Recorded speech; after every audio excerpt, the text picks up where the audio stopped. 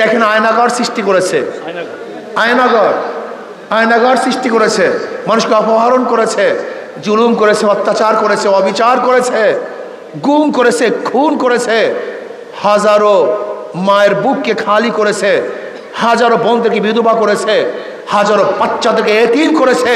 ওরা জুলুম, এমন কোনো জুলুম নাই যে জুলুম করে নাই, অথচ মানসিক মর্যাদা ওরা প্রদান করতে পারেনি। আমরা কি পেয়েছিলাম, কি চেয়েছিলাম? আমরা চেয়েছিলাম যে বিচারকদের স্বাধীনতা থাকবে, ন্যায় বিচার প্রতিষ্ঠিত হবে, যে অন্যায় করবে তার উপরই, তার বিরুদ্ধেই রায় যাবে, আর যে অন্যায় করবে না তাকে ছেড়ে দেওয়া হবে। কিন্তু আমরা কি দেখলাম? এই 53-54 বছর পর্যন্ত যারা ক্ষমতায় ছিল তাদের হাজারো খুনিরা বুক ফুলিয়ে রাস্তায় হাঁটতে আমরা দেখেছি, অথচ যারা অন্যায় করে নাই তাদেরকে ধুকে ধুকে মরতে আমরা দেখেছি। যারা অন্যায় করে নাই অথচ দলীয় না, তাদেরকে ওই আয়না ঘরে ধুকে ধুকে মরতে হয়েছে। আপনারা দেখেছেন আজকে একজন মানুষ 12 বছর পর্যন্ত ওই আয়না ঘরের মধ্যে একই অবস্থায় ছিল। এরকম মানুষ পারে? এটা সম্ভব? কারেন্টের শর্ট কি করেছে তারা? কি অন্যায় ছিল? নাই ন্যায় বিচার। সরকার পরিবর্তন হয়, আগেকার সমস্ত আসামিরা মুক্তি পেয়ে যায়, আর সরকার পরিবর্তন হওয়ার পরই হাজারো আবারও মানুষ জেলখানায় ধুকে ধুকে মরতে থাকে। এর নাম কি ন্যায় বিচার? এই বিচার, এইটা কি ন্যায় বিচার? সরকার পরিবর্তনের সাথে বিচারকদের সম্পর্কটা কি? এই প্রশ্ন আজও আমার। সরকার পরিবর্তনের সাথে হাইকোর্টের সম্পর্কটা কি? সরকার পরিবর্তনের সাথে সুপ্রিম কোর্টের সম্পর্কটা কি? সরকার পরিবর্তনের সাথে জজ কোর্টের সম্পর্কটা কি? শুধু স্বাধীন, কি আসছে কে গেছে এটা তো বিচারকদের দেখার বিষয় নয়। নবী আলাইহিস সালাতু ওয়াস সালাম বলেছেন, আমার মেয়ে ফাতেমাও যদি চুরি করে আমি তার হাত কেটে দেব। এর নাম ন্যায় বিচার। সরকারের সাথে কিসের বিচারালয়ের সম্পর্ক? প্রশাসনের কি সম্পর্ক সরকারের সাথে? প্রশাসন জনগণের, পুলিশ জনগণের, ম্যাজিস্ট্রেট জনগণের, ডিসি জনগণের, প্রত্যেকটা প্রশাসন জনগণের। অথচ দেখা যায় এরা জনগণের সেবা করে না, সরকারের সেবার জন্য ব্যস্ত হয়ে যায়। অথচ রাষ্ট্রীয় সম্পদ। কোন প্রশাসন সরকারের সম্পত্তি নয়, এটা কার সম্পত্তি? রাষ্ট্রের। রাষ্ট্র সবার, সরকার দলের। সরকার পরিবর্তন হয়, রাষ্ট্র পরিবর্তন হয় না। সরকার চলে যায়, প্রশাসন ঠিকই থাকে। এর কারণটা কি? প্রশাসন কোনো সরকারের নয়, প্রশাসন রাষ্ট্রের। আর আমরা রাষ্ট্রের জনগণ, রাষ্ট্রের মালিক আমরা। আমাদের জন্যই প্রশাসন, আমাদের খাদে প্রশাসন। তারা দাবিও করে আমরা জনগণের সেবক। প্রত্যেকটা প্রশাসন বলে কি আমরা জনগণের সেবক, সেবা করতে চাই। অথচ প্রশাসনদেরকে এই সরকার সেবক না বানিয়ে জালেম বানিয়ে ফেলেছে। ওরা সেবক হয় না, ঘাতক বানিয়ে ফেলেছে। এরকম প্রশাসন আমরা দেখতে চাই না। আজকে অফিসে যাবেন, একজন জনগণ যাবে, তার কোনো শ্রদ্ধাবোধ নেই, কোনো সম্মান নাই, কত ইজ্জাত নেই। অথচ ডিসি সাহেবের, এসপি সাহেবের, সচিব সাহেবের চিন্তা করা উচিত ছিল যে জনগণ এখানে আসছে, সে ভিক্ষুক হোক, সে রিচি হোক, কামার হোক, ওর মাথার ঘাম পায়ে ফেলানোর টাকা দিয়েই আমি জীবিকা নির্বাহ করি, আমার সংসার চালাই, আমার ছেলে মেয়েদের মুখের মধ্যে খানা তুলে দেই এই শ্রমিকদের টাকায়, এই ঋষিদের টাকায়, এই বেতনদের টাকায়। সরকারের টাকা কোথার থেকে আসে? আমাদের খাজনা, আমাদের ট্যাক্স, আমাদের ভ্যাট, আমাদের টাকা দিয়ে যেই চাকুরিজীবীরা জীবিকা নির্বাহ করে, আর এই জনগণের সাথে যেই ব্যবহার করে যা চিন্তাও করা যায় না। কেন ভাই আপনি এরকম হবেন? কেন আপনার মাথার মধ্যে এটা আসবে না? কেন? এটা জনগণ, এদের টাকা আমরা চলি। এদেরকে শ্রদ্ধা করার প্রয়োজন, সম্মান করার প্রয়োজন, এদেরকে সেবা করার প্রয়োজন, এদের প্রয়োজন মিটানোই আমার দায়িত্ব। দেখবেন কোনো অফিসে যদি কোনো কাজ নিয়ে যান, মনে হয় যেন আপনার চেয়ে অপরাধী দুনিয়াতে আর কেউ নেই, সবচেয়ে আপনার বড় অপরাধী। আজকে রেমিটেন্স যোদ্ধা, যারা রেমিটেন্স যোদ্ধা, যাদের মাধ্যমে বাংলাদেশের অর্থনীতি চাঙ্গা হয়, একটা পাসপোর্ট করতে গেলে পাসপোর্ট অফিসে যে ঝামেলা, যা চিন্তাও করা যায় না। আপনি জামিন রেজিস্ট্রেশন করার জন্য, পুলিশের তদন্তের জন্য সব জায়গায় ঝামেলা। কেন ঝামেলা হবে কেন? আমাদের বাংলাদেশের নাগরিকের এরকম পাসপোর্ট অফিস থাকা চাই, শুধু দরখাস্ত করবে, সরকার ঘরে তার পাসপোর্ট দিয়ে যাবে, এইটা তো হওয়া উচিত। কিন্তু নাই সেই সরকার, নাই সেই অফিস। আজকে র্যাবের যোদ্ধারা যখন বাংলাদেশে আসে, এয়ারপোর্টে আসে, মনে হয় কি অসহায়, কি জুলুমের শিকার। এ ব্যাগ ধরে টান দেয়, ও ব্যাগ ধরে টান দেয়, এই অত্যাচার, এই অবিচার। কেন? এরা আমাদের শ্রদ্ধার পাত্র, এরা দেশের গৌরব। এদের মাথার ঘাম পা পেলানো টাকা দিয়ে আজকে আমাদের অর্থনীতি চাঙ্গা হচ্ছে।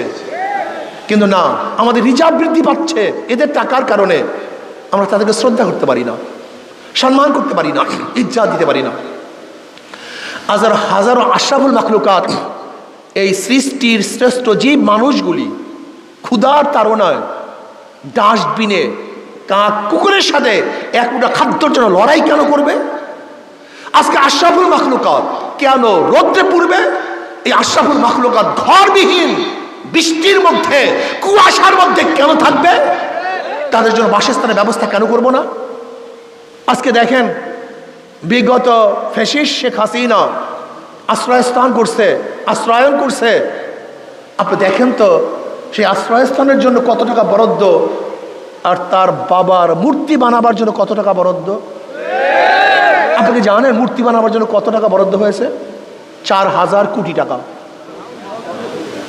4,000 কোটি টাকা, 4,000 কোটি টাকা শুধু বরাদ্দ হয়েছে মূর্তি বানাবার জন্য। আপনি কি জানেন মুজিব বর্ষ উদযাপন করার জন্য কত টাকা বরাদ্দ হয়েছে? 400 কোটি টাকা। এ আপনার টাকা, অন্য কেউ টাকা না। এর কারণটা কি? আসলে যারাই ক্ষমতায় আসছে তারা জনবান্ধব কেউ নয়। এই জনবান্ধব কেউ নয়, এই দেশের স্বার্থে কেউ আসে নাই। এই জনগণকে কেউ শ্রদ্ধা ভালোবাসে না, এই জনগণের সম্মান ইজ্জত কেউ করে না। সবাই শুধু পেট পিট, শুধু খাই, শুধু চাঁদাবাজি, জুলুম, অত্যাচার, অবিচার। আমরা এটা আর দেখতে চাই না। এই বৈষম্য বিরোধী আন্দোলন কেন করেছিলাম? জুলুম থাকবে না, অত্যাচার থাকবে না, অবিচার থাকবে না। মানুষের বাক শক্তি স্বাধীনতা আসবে, কলমিস্টদের কলমের স্বাধীনতা আসবে, শ্রমিকদের শ্রমের স্বাধীনতা আসবে, চাকরিজীবীদের চাকরির স্বাধীনতা আসবে। কোটা থাকবে না, প্রত্যেকটা মানুষ যোগ্যতার ভিত্তিতে চাকরি পাবে এবং ন্যায্য অধিকার তাকে দেওয়া হবে। এর জন্য আমরা আন্দোলন করেছিলাম। কেন আন্দোলন করেছিলাম? আমার মা বোনরা রাস্তায় নামবে, ধর্ষিত হবে না, এই পৃথিবীর শিকার হবে না। আমরা টাকা নিয়ে রাস্তায় নামবো, গুন্ডার কবলে পড়বো না, চিন্তাই হবে না। আমরা খোলা আকাশের নিচে থাকবো, কেউ আমাকে অত্যাচার করবে না। আমি রাত্রের বেলায় আমার দরজা খুলে ঘুমাবো, আমি চুরির শিকার হব না, ডাকাতের শিকার হব না, আমি ধোঁকাবাজের কবলে পড়বো না। এমন একটা দেশ আমরা চাই যে এই দেশের মধ্যে প্রত্যেকটা মানুষ শান্তিতে বসবাস করবে, যেখানে অধিকার থাকবে পুরুষদের, যেখানে অধিকার থাকবে মহিলাদের, যেখানে অধিকার থাকবে মুসলমানদের, হিন্দুদের, বৌদ্ধ, খ্রিস্টান সবার, যেখানে অধিকার থাকবে শ্রমিকদের, তাঁতিদের, কামার, মজদুর, ঋষি, চামার, মেথরদের অধিকার থাকবে, যেখানে ছাত্রদের অধিকার থাকবে। আমরা কি চাই? হাজারো বাংলাদেশের গরিব ছাত্র যারা পয়সার অভাবে উচ্চ শিক্ষায় শিক্ষিত হতে পারে না, আমরা চাই এমন এক কান্ট্রি, এমন এক রাষ্ট্র কোথায় মেধাবী ছাত্র আছে তাকে খুঁজে খুঁজে সরকার উচ্চ শিক্ষা শিক্ষিত করবে। আমরা কি রাষ্ট্র চাই? কোন বাড়িতে গরিব মানুষ অসুস্থ অবস্থায় ধুকে ধুকে উঠছে, সরকার তাকে খোঁজ করে চিকিৎসার ব্যবস্থা করবে। আমরা কি চাই? কোন ঘরের মধ্যে আমার বিধবা মা বোন বস্ত্রহীন অবস্থা আছে, সরকার খুঁজে খুঁজে তাকে বস্ত্রের ব্যবস্থা করবে। আমরা কি চাই? আমার কোন বাংলাদেশের নাগরিক ক্ষুধার্ত অবস্থা আছে, সরকার খুঁজে খুঁজে তার ক্ষুধা নিবারণের ব্যবস্থা করবে। আমরা কি চাই? কোন জায়গায় জুলুমের শিকার, সরকারের হাজারো এই চাকরিজীবীর মাধ্যমে, কর্মচারীর মাধ্যমে সেই জুলুমের শিকার ব্যক্তিকে কিভাবে উদ্ধার করা যায় সেই ব্যবস্থা সরকারকে করতে হবে। এরকম সরকার আমরা চাই। আমরা কি চাই? ইসলামী হুকুমাতের মাধ্যমে সাম্য, মানবিক মর্যাদা, সামাজিক ন্যায় বিচার প্রতিষ্ঠা করতে, ইসলামী হুকুমাতের মাধ্যমে কল্যাণ রাষ্ট্র কায়েম করতে চাই। এর জন্য ইসলামী হুকুমাত ব্যতীত কোনোদিন অবস্থায় সম্ভব না। আসুন, দুনিয়াতে কামিয়াবি, আখিরাতেও কামিয়াবি, দুনিয়াতেও কল্যাণ, আখিরাতেও কল্যাণের জন্য ইসলামী হুকুমাতের বাইরে কোনো নীত আদর্শ মানুষকে শান্তি দিতে পারে না। ইসলামী আন্দোলন বাংলাদেশ, সাহাবাদের অনুসরণ, রুহানিয়ত জেহাদের সমন্বিত প্রয়াস। ইসলামী আন্দোলন বাংলাদেশ জন্মের পর থেকে আজ পর্যন্ত কথা এবং কাজে মিলাস। ভণ্ড না, তারা প্রতারক নয়, তারা মিথ্যাবাদী নয়, তারা ধোঁকাবাজ নয়। যা বলে তা তারা করে। তাদের মুখে এক কথা, অন্তরে ভিন্ন কথা। ইসলামী আন্দোলনের কর্মীদের মধ্যেও নেই, না তাদের মধ্যেও নেই।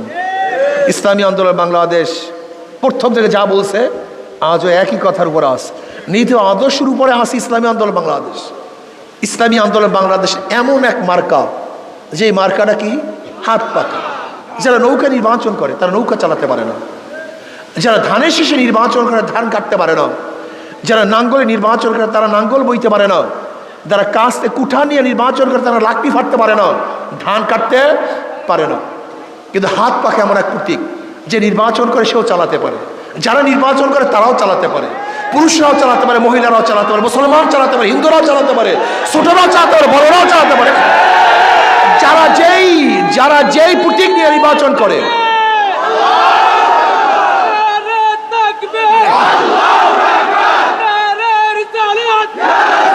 দেখেন, যারা যেই নির্বাচন করে, যেই প্রতীক নিয়ে নির্বাচন করে, সেই প্রতীককে মহব্বত করে বুকের উপরে কেউ রাখে না ঘুমের সময়। কিন্তু হাত পাকে এমন এক প্রতীক, ঘুমের সময়ও সেই প্রতীকটা বুকের উপরে থাকে। হাত পাকে এমন এক প্রতীক, কারেন্ট ফেল করে কিন্তু হাত পাকা ফেল করে না। এ সবাইকে শান্তি দেয়।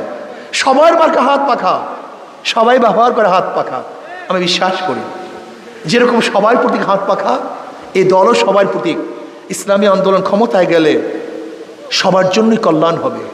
মুসলমানদের জন্য, হিন্দুদের জন্য, খ্রিস্টানদের জন্য, বৌদ্ধদের জন্য, ঋষিদের জন্য, কামারদের জন্য। ইসলামী আন্দোলন বাংলাদেশ বিজয় হলে দেশ বিজয় হবে। ইসলামী আন্দোলন বাংলাদেশ বিজয় হলে এই জনগণ বিজয় হবে। ইসলামী আন্দোলন বাংলাদেশ ক্ষমতায় গেলে মানবতা ক্ষমতায় যাবে, ইসলাম ক্ষমতায় যাবে ইনশাআল্লাহ। কাজে আজকের থেকে আমাদের সবাইকে দৃঢ় প্রত্যয় গ্রহণ করতে হবে। সব মার্কা দেখা শেষ, হাত পাখার বাংলাদেশ। আমরা নতুন বাংলা দেখেছি, ডিজিটাল বাংলা দেখেছি, স্মার্ট বাংলা দেখেছি, সবুজ বাংলা দেখেছি, সোনার বাংলা দেখেছি। আর কোনো বাংলা আমরা দেখতে চাই না। এবার দেখতেছি ইসলামী বাংলা। কি রাজি আছেন ইনশাআল্লাহ? আজকে থেকে দাওয়াতি কাজ শুরু করেন, প্রত্যেকে দাওয়াতি কাজ শুরু করেন, দাওয়াত দিতে থাকেন। দাওয়াতের বিকল্প নাই। আজকে থেকে নিয়াত করেন, কে কত ভোট জোগাড় করতে পারেন। প্রত্যেকে নিয়াত করেন, আমার ঘর, আমার বাড়ি, আমার পাড়া, আমার প্রতিবেশী সবাইকে ইনশাআল্লাহ ইসলামী আন্দোলনের দাওয়াত দেব। হাত পাকা ভোট দেওয়ার জন্য উদ্বুদ্ধ করবো। রাজি আছি সবাই?